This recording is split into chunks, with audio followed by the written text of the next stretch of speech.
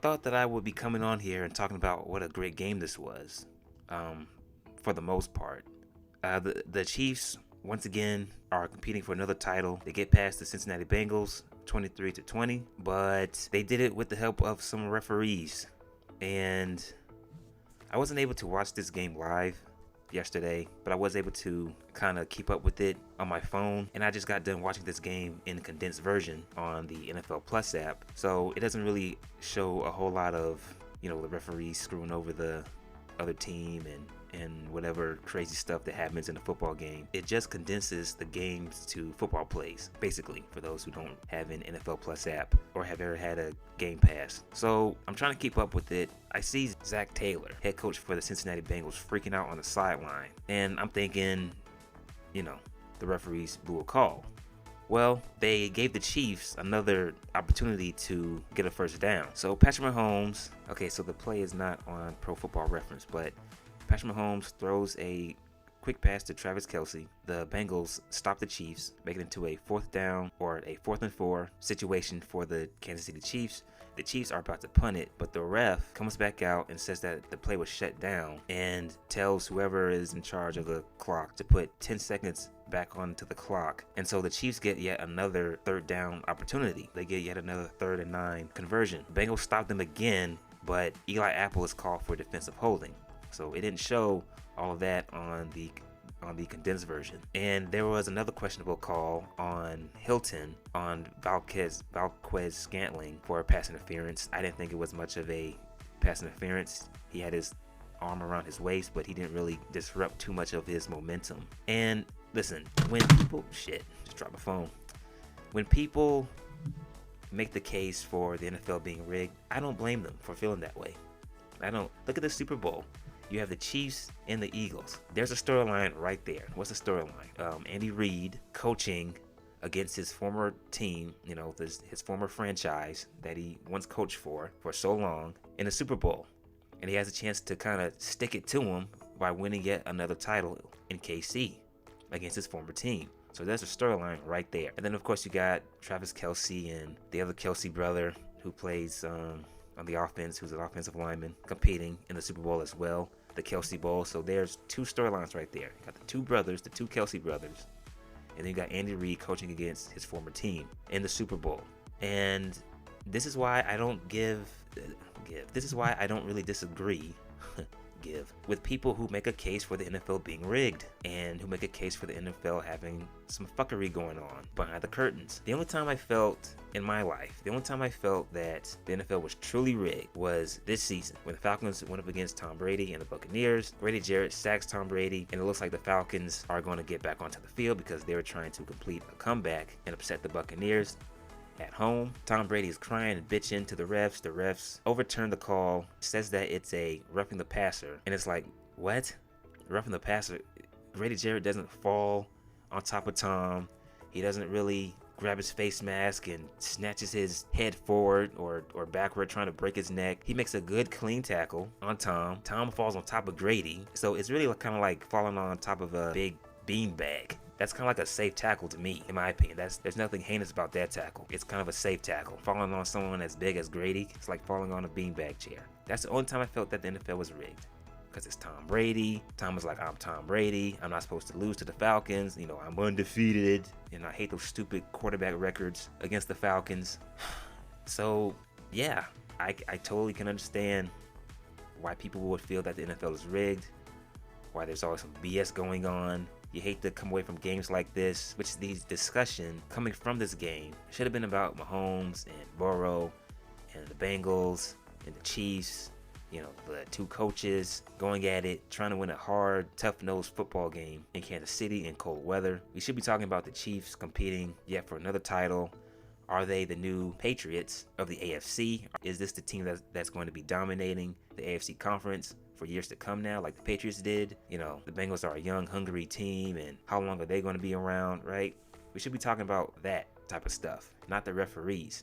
And I go on the Bengals social media account on Instagram, and people are talking about the refs. They're upset. I can't say I blame them. It sucks. It sucks. But I'm gonna talk about the game and give my thoughts on it. The Bengals did what the Bengals did, which was throw the ball like 1,000 times. And I said last week when I did the analysis video for the Bengals and the Bills, I said that I was starting to hate the Bills offense because they're just too one-dimensional basically, and they constantly have Josh Allen throw the ball like 1,000 times, and they'll run the ball 7 times and they'll throw it 1,000 more times. And I feel like they took one too many chances in that game. I'm starting to feel that way with the Bengals now. After this game, I'm starting to kind of hate their offense. They ran the ball 17 times for 71 yards and 1 touchdown. I thought they had a good balance offensively last week because they played in the snow. They played in Buffalo, so they had to. But still, Joe Mixon I believe, is a top 10 running back in the NFL. He is a game changer, but yet he feels like such an afterthought in this offense. I think they throw the ball way too much, and the offensive line for the Bengals has always been shaky, especially in pass protecting. Going up against a team like the Chiefs, where they're more effective when they bring pressure and when they blitz, Joe Burrow is going to get eaten alive. And he got sacked 5 times in this game. 5 sacks. That last sack was on a crucial drive in the 4th quarter where they had a chance to go down the field and kick a field goal and win the game. So Joe Mixon, 8 rushing attempts, 19 yards. You can't have that, you can't have that. But in this day and age of the NFL where it's so one-dimensional, teams are just throwing the ball constantly all over the place. It's kind of like 3-point shooting in the NBA. Teams are just shooting the 3 ball almost every single night. Teams are just throwing the ball almost every single night or every single Sunday afternoon. And defensively for the Bengals, they crowded the line of scrimmage quite a bit. They played man at times. They brought pressure, which you have to do against an offense like the Chiefs. You have to take chances with slowing them down. And now that the Chiefs have a running game, I think the Bengals' mission was to, make them one-dimensional, have them throw it, put them in constant 3rd and long situations. Joe Burrow, 26 for 41, 270 yards, 1 touchdown, 2 picks. He should have had 4. I don't know. Playoff Burrow has not really been all that great.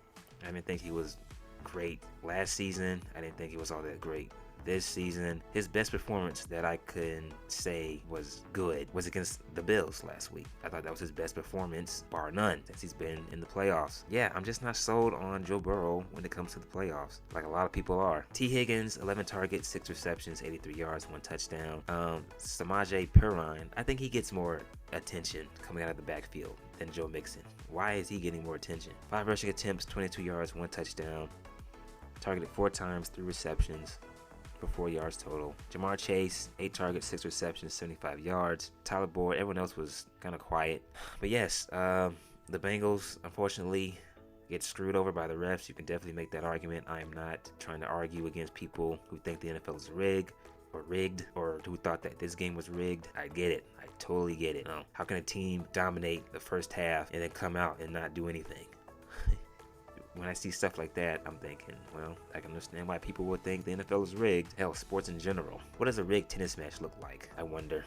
Patrick Mahomes, 29 for 43, 326 yards, 2 touchdowns. He was sacked 3 times. I thought it was okay. He had a few throws that were a bit high and a bit low. There were some drop balls from both teams, in the fairness of both quarterbacks. I'll give him credit for playing on a bum ankle. Oh yeah, and he did have a horrible fumble in the second half. But I'll give him credit for playing on a bum ankle. You knew he was going to play. Thought it was okay. Isaiah Pacheco, 10 rushing attempts, 26 yards. He was targeted 6 times, 5 receptions, 59 yards. Mecole Hardman, 2 receptions, 10 yards. Marquez Valdez-Scantling, 8 targets, 6 yards, 116 yards, 1 touchdown. Travis Kelce, 8 targets, 7 receptions, 78 yards, 1 touchdown, and everyone else was pretty quiet. So it's unfortunate that the story coming out of this game is the refs and not the Chiefs winning yet another AFC conference title game, and the Bengals playing as hard as they could in the Super Bowl between Kansas City and Philly. And I know we didn't talk about it, but I'm aware of Joseph Osai tackling Mahomes out of bounds, but I can't pin the game on him. I'm not going to look at Osai and say that the Bengals lost because of him. Bengals had multiple chances to win this game still, with guarding the refs, screwing them over, and playing a big factor in their loss. We'll see what happens in 2 weeks between the Chiefs and the Eagles. So please like and subscribe. That is it. I am out.